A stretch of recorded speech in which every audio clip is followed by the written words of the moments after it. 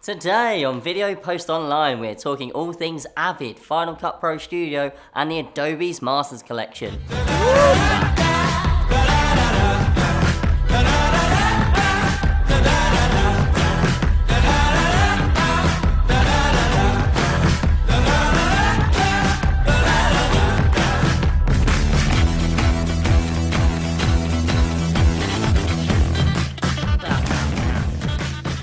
Holla, and welcome to another webisode of Video Post Online. Sorry, I just said holla.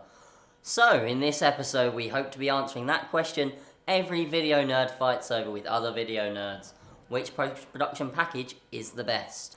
So, over the last few years, three main companies have been ruling the world of video editing. Avid, Apple with their Final Cut Pro Studio, and Adobe CS Masters Collection. Today we hope to be breaking down each and discovering which truly is the best, and if different packages are more suited to different roles. So, let's begin with seeing what each package has to offer. Up first, Apple's Final Cut Pro Studio.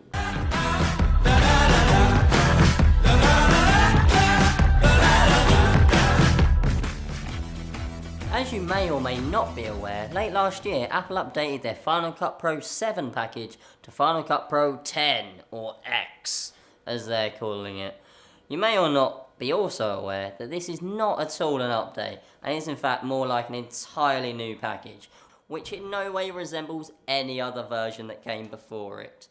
This package has in fact been largely regarded by industry professionals as, well, a bit rubbish. So for that reason, we will not be studying this today. And for the purpose of this video, we're going to pretend it doesn't even exist. And we're going to focus on their old package, the good old Final Cut Studio. Apple's Final Cut Studio is made up from Final Cut Pro, Motion, Soundtrack Pro, Color, Compressor, and DVD Studio Pro.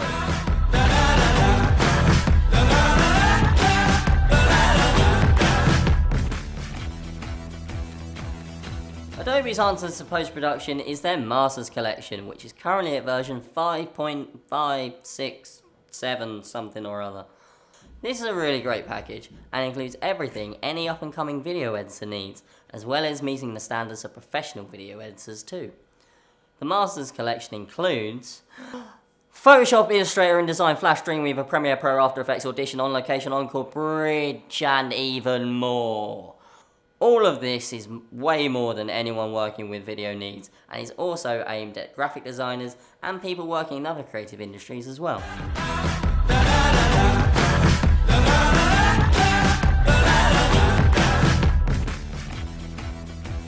And finally, we get round to the godfather of video post, Avid Media Composer.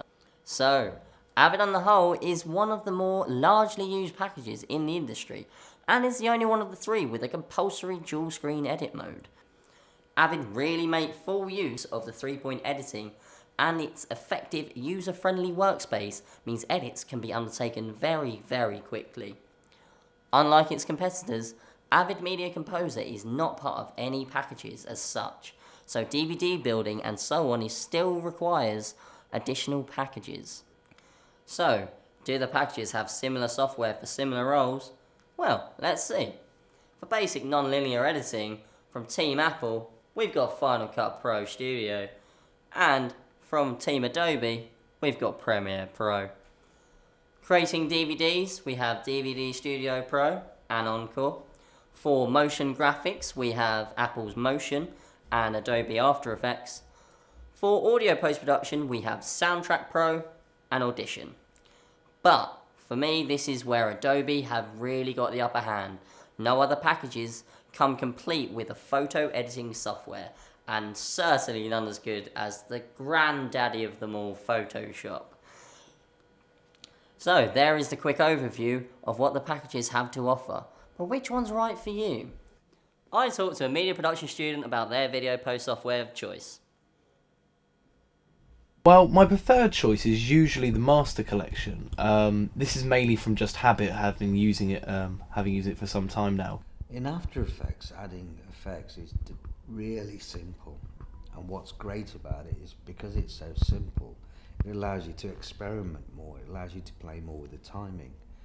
I like how Premiere Photoshop, Illustrator, After Effects, they can all be used together and is one all the same kind of layers and things like that.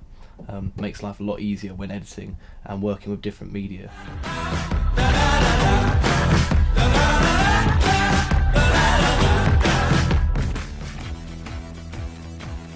So when it comes to creating graphics, whether it's a snazzy opening title or a basic strapline, all three packages have dedicated software, all more than capable of completing the task. After Effects from the Adobe package or Motion from Apple's Final Cut Studio are the tools you'll be needing, whereas this is all doable from within Avid itself with the Avid package. All three have the ability to work with shapes in a 2.5D dimensional space, like 3D but not quite. However, Motion and After Effects allow the user to add cameras and keyframe them, meaning they can really make the most of the 3D environment.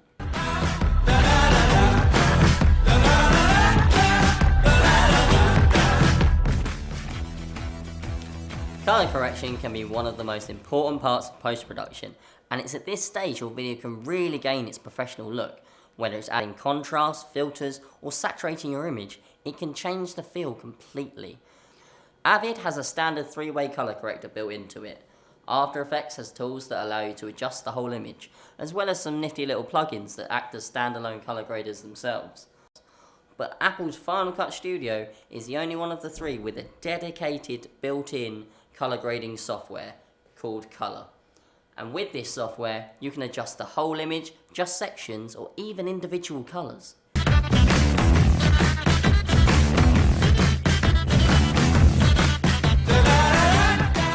Unfortunately, this point here brings us to the end of this webisode, but hopefully you've had as much fun as I have, and we've kind of helped you make your mind up as to where your allegiance lies. No? Well, I tried. Next time we'll be looking at HD cameras versus a DSLR camera, and whether the DSLR will ever fully take over. Until then, I've been Sean Ryan, and you've been watching Video Post Online. Laters.